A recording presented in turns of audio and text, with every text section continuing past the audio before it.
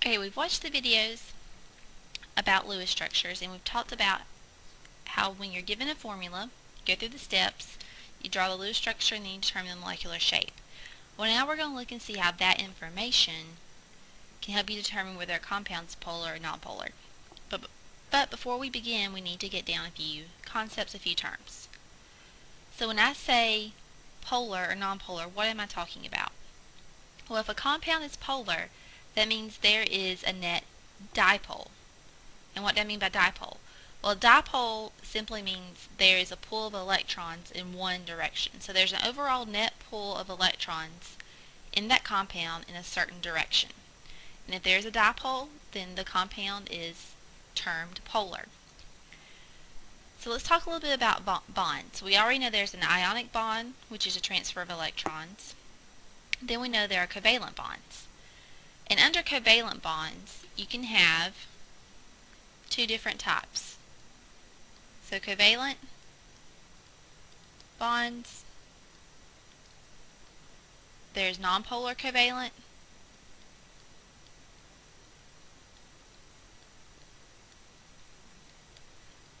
an example of this would be if you have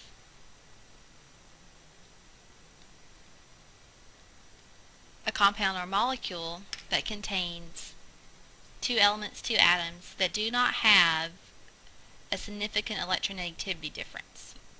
So we know electronegativity means that the element, the atom, pulls electrons towards itself. It pulls them more. For example, fluorine pulls electrons towards itself more than nitrogen does. Okay? So if you look at a chart and there are electronegativity values given in a chart, you look at the electronegativity values for chlorine. Well, since it's the same element, there's not going to be a difference in electronegativity. So if there's not a difference in electronegativity, the electrons are shared equally. So nonpolar covalent, electrons are shared equally between the two elements, between the two atoms. Okay, so this is an example of a nonpolar covalent compound. Same thing with bromine. You look at the electronegativity chart. Once again, we've got the same type of atom, same type of element, so there's not a difference in electronegativity, nonpolar covalent bond.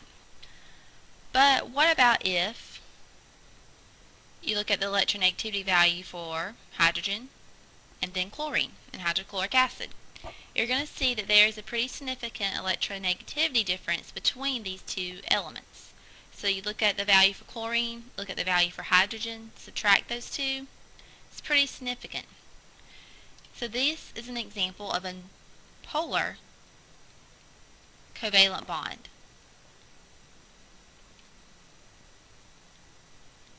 And that means electrons are not going to be shared equally between these two atoms, between these two elements.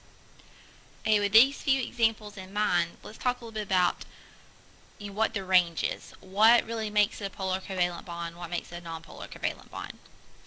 So I mentioned for hydrochloric acid, looking at the electronegativity value chart, you subtract the value of hydrogen from chlorine. If that value is between about 0.4 to about 1.8 electronegativity difference between chlorine and hydrogen, then this is termed a polar covalent bond. So once again, if the electronegativity difference is between 0.4 and 1.8, it's considered a polar covalent bond. So what's the range for a nonpolar covalent bond? Well, the electronegativity difference would be 0 to about 0.4. That's considered a nonpolar covalent bond. So I've already termed hydrochloric acid as having a polar covalent bond. So it actually has a dipole. So how is this dipole indicated? Well, you see an arrow drawn like this. The head of the arrow is pointing in the direction that electrons are pulled. So if there's a net pull of electrons towards chlorine, it's going to have a partial negative charge. Hydrogen, electrons are being pulled away, so that's a partial positive charge. Okay, so always the tail's in the direction where electrons are being pulled from, the head is always going in the direction that electrons are being pulled to. So once again, this compound has an overall dipole. If the electronegativity difference is greater than 1.8, we no longer have a covalent bond, and we have an ionic bond. Okay, so make sure that you get this information down. And I'm about to clear the screen, and we're going to look at a few examples and determine whether the compound has a net dipole, a net pull of electrons in a certain direction. And remember, if it does, it's going to be polar. If it doesn't, it's going to be nonpolar.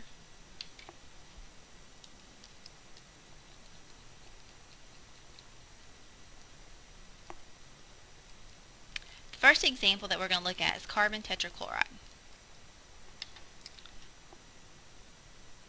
So CCl4. We go through the steps of drawing the Lewis structure. Carbon would be in the center. We place the chlorine atoms around it. If we count up valence electrons, chlorine has 7. There's 4 chlorine atoms, so it's a total of 28. Carbon has 4 valence electrons, so we have a total of 32 valence electrons. Once we've formed bonds from our central atom to the external atoms, we want to make sure that we place lone pairs on the external atoms so they have a complete octet. And if you use up all your electrons in this process, then you're done.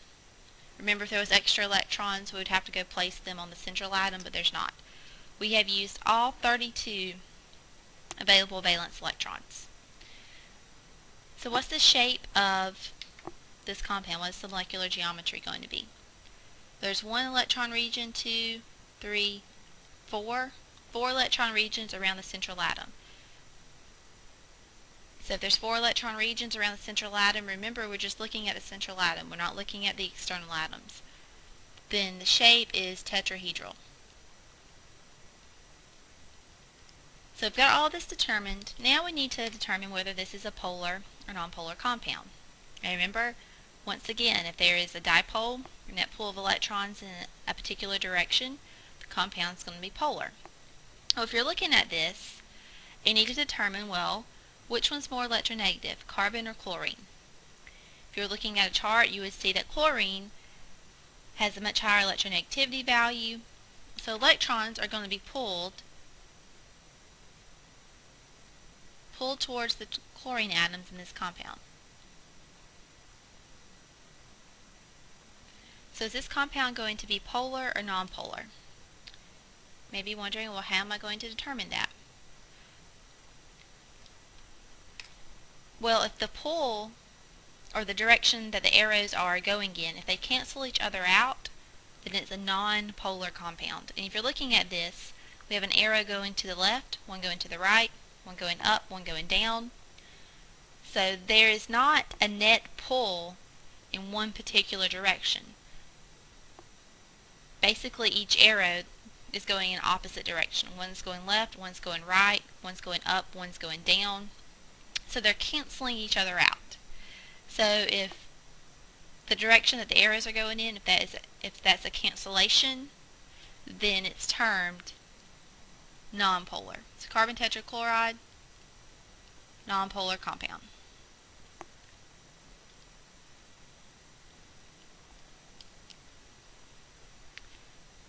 Okay, let's look at another example. So what about if you've got 4 different regions, but one of the regions is a lone pair? Say, for example, for ammonia, which is NH3. If we go through the process of determining valence electrons, we know that there's 8 nitrogens in group 5 or group 15, so it contributes 5 valence electrons. Hydrogen, there's 3 of them. Each hydrogen atom contributes 1. So when we're drawing our Lewis structure, looks a little bit like this. So we have a lone pair that's placed on nitrogen. Because remember, hydrogen is only going to form one bond. So you don't want to go place the lone pair of electrons on a hydrogen atom. This is actually a trigonal pyramidal geometry. We've got 4 different regions, so it falls under the classification as tetrahedral, but the shape is a little bit different because you've got one region that's a lone pair. So this lone pair actually pushes down on the nitrogen-hydrogen bonds and makes them a little bit bent. So it's not exactly tetrahedral, it's a trigonal pyramidal shape. Okay, with that in mind, which element here is more electronegative, nitrogen or hydrogen? If you're looking at a chart, we're going to see that nitrogen is slightly more electronegative. So there is going to be a pull of electrons in the directions indicated by the arrow. Now with carbon tetrachloride, we saw arrows going in opposite directions that canceled each other out. But with ammonia, we do not see that. So yes, this compound is going to be polar. Once again, the arrows do not cancel each other out, so this is termed a polar compound.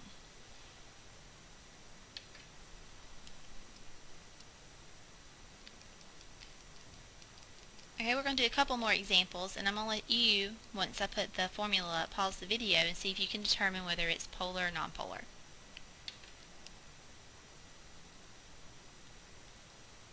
Boron trifluoride. Water, and then we'll do carbon dioxide. Pause the video and see if you can work through these and determine whether they're polar or nonpolar.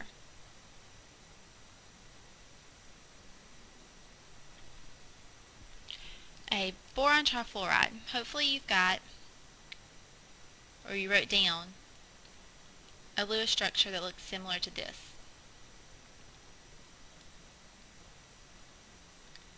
So once again, we've got 3 regions of electron density around our central atom. So that makes the shape trigonal planar. Is this a polar compound or nonpolar compound?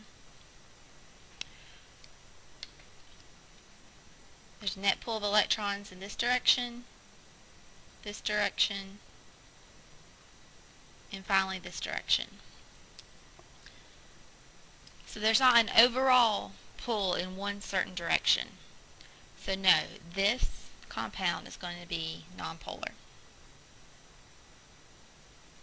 And in general, most trigonal planar compounds that have that shape are going to be nonpolar. Okay, let's look at water.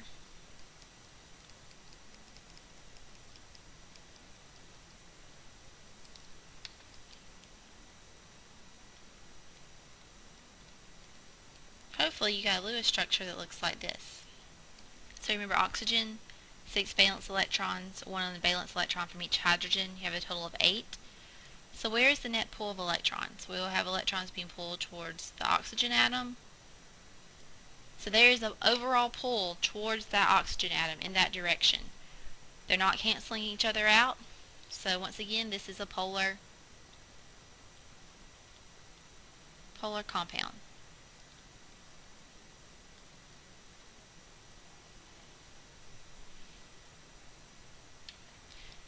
Okay, let's look at carbon dioxide.